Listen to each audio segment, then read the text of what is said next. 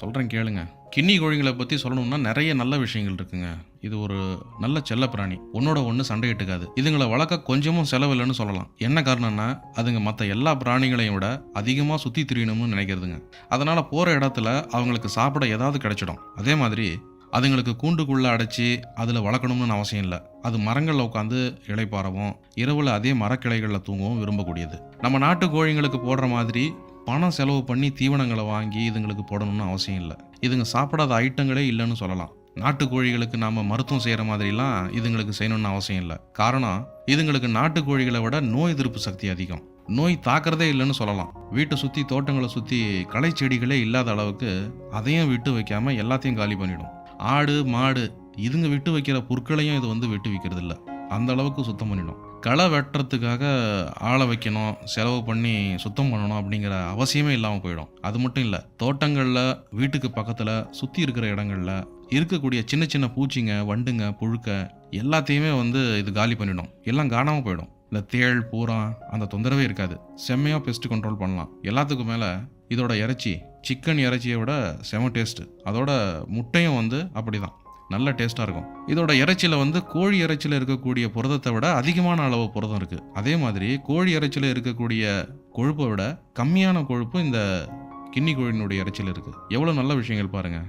இன்னொரு முக்கியமான நல்ல குணம் இருக்குது இதுக்கு. என்னென்னு பார்த்தீங்கன்னா, உங்கள் புதுசாக அவங்க வீட்டுக்கு பக்கத்தில் யாரையாவது பார்த்துடுச்சுன்னா அவ்வளோதான், அலாரம் ஸ்டார்ட் ஆகிடும். அதனால் அந்த திருடர்கள் பயமும் இருக்காது. ஏதாவது புது விலங்குகளை பார்த்துட்டாலும் அப்படி தான். இப்போ வீடு காட்டுக்கு பக்கத்தில் இருக்குன்னு வச்சுக்கோங்க. நரிகள் கீரி இதெல்லாம் வீட்டுக்கு பக்கத்தில் வர்றதுக்கு வாய்ப்புகள் அதிகமாக இருக்குது. தோட்டம் வச்சுருக்கோம், தோட்டத்தில் பழங்கள் இருக்குது, காய்கறிகள் இருக்குது. அதெல்லாம் சாப்பிட்றதுக்காக பக்கத்தில் இருக்கக்கூடிய விலங்குகள்லாம் வரும். நாய் இதெல்லாம் வரத்துக்கு வாய்ப்புகள் இருக்குது. அதெல்லாம் வந்துட்டால் போதும், உடனே நமக்கு தகவல் கிடைச்சிரும். அதனால் நாம் தோட்டத்தில் போட்டிருக்கக்கூடிய காய்கறிகளை பழங்களெல்லாம் பார்த்துக்கலாம். நாட்டு கோழிங்க மாதிரி இதுங்க தரையை கிளறக்கூடிய குணம் இதுக்கு கிடையாது. பிராண்டம் பாருங்கள், அந்த மாதிரி ஒரு குணம் இதுக்கு கிடையாது. இதனால் தரையில் நாம் ஏதாவது விதைகள் நட்டு இருந்தாலோ விதைகளை விதைச்சி இருந்தாலோ அதுங்க வீணாக போகாமல் நம்ம பார்த்துக்கலாம். வாய்ப்பே இல்லை வேஸ்ட் ஆகிறதுக்கு. பாருங்கள் எவ்வளோ நன்மைகள். இதுங்களோட எச்சம் சொல்லவே வேணாம். நம்ம தோட்டத்துக்கு சூப்பர் உரம் அவ்வளோ போடும். ஆக மொத்தம் இதுங்க நம்ம வீட்டு காவலாளிகள்னு சொல்லலாம். இப்போது இதோட இன்னொரு முகத்தை நம்ம பார்த்தே ஆகணும், அவசியம் பார்க்கணும். ஏன்னா அது ரொம்ப டேஞ்சராக இருக்குது. நம்ம எல்லாரும் நினைக்கிற மாதிரி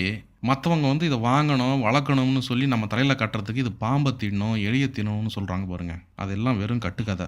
அப்படியே அந்த பாம்பையோ எலியோ இது பார்த்துருச்சுன்னா என்ன செய்யும் தெரியுமா? அதை சுற்றி ஒன்னோட ஒன்று பேசிக்கும். ஆனால் பாம்பை தின்னாது, கொத்தவும் கொத்தாது. ஒரு பெரிய புழு அளவுக்கு ஒரு குட்டி பாம்பை பார்த்துட்டா ஒரு வேளை சாப்பிடலாம். அது நம்ம நாட்டுக்கோழிகளும் பண்ணுதே.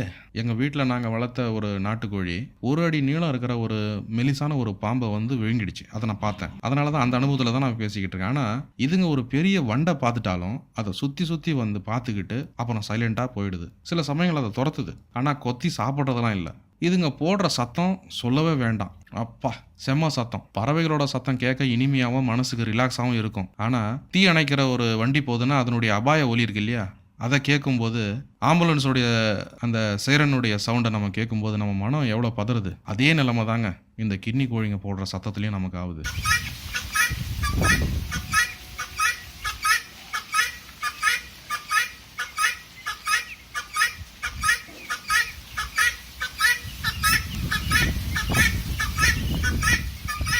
ஒரு அந்நியர்களை பார்த்தா சத்தம் போடுது சரி, ஏதாவது விலங்குகளை பார்த்தா சத்தம் போடுது சரி. துவச்சி காய போட்ட துணி காத்துல பறந்தாலும் கத்துங்க.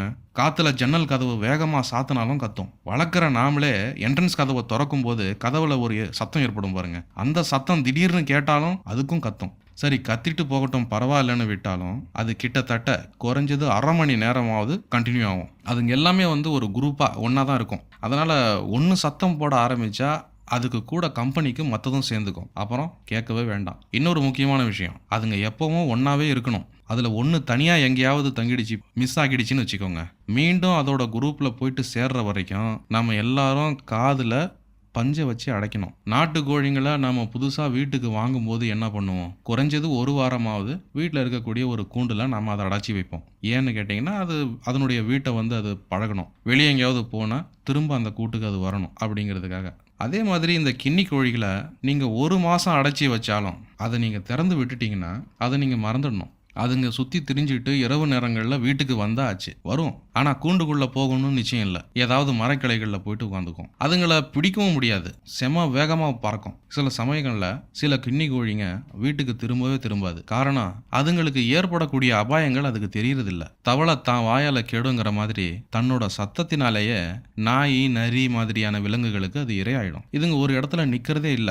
ரோட்ல போற வண்டிங்களுடைய சத்தம் கேட்டு நாலா பக்கமும் செதறி ஓடும். அதுல ஒண்ணு இந்த வண்டியில மாட்டிக்கும். இதெல்லாம் அதனுடைய குணாதிசயம். இது எல்லாம் சிலருக்கு பிடிக்கும், சிலருக்கு பிடிக்காம போலாம். எனக்கு பிடிச்சிருக்கு, ஆனா பிடிக்கல. காரணம், எங்க வீட்டுக்கு பக்கத்துல வீடுங்க இருக்கு. அவங்களுக்கு இதோட சத்தம் தொந்தரவா இருக்கு. அவங்க சண்டைக்கு வர்றதுக்கு முன்னாடி இதுங்களை வாரம் ஒண்ணுன்னு காலி பண்ணியே ஆகணும். அதை பத்தி நான் யோசிச்சுக்கிட்டு இருக்கேன். இந்த வீடியோவை பார்த்துக்கிட்டு இருக்கிற நீங்க இந்த கின்னி கோழிகளை வளர்த்துக்கிட்டு இருக்கலாம், இல்லைன்னா வாங்கி வளர்க்கணும்னு பிளான் பண்ணியிருக்கலாம். வாங்கணும்னு நினைச்சு இருந்தீங்கன்னா வாங்குங்க, வாங்கி வளர்த்து பாருங்க. உங்களுக்கு இதுவும் ஒரு அனுபவமா இருக்கும். ஏற்கனவே வளர்த்துக்கிட்டு இருக்கிறவங்க, நான் இந்த வீடியோவில் சொன்னதுல ஏதாவது ஒரு விஷயத்துல மாறா ஏதாவது அனுபவப்பட்டிருந்தீங்கன்னா கமெண்ட்ஸ்ல எழுதுங்க. எனக்கும் அதை கேட்கணும்னு ஆர்வமா இருக்கு. நான் சொன்னதுல எல்லாம் சரிதான் அப்படின்னாலும் அதையும் கமெண்ட்ஸ்ல எழுதுங்க.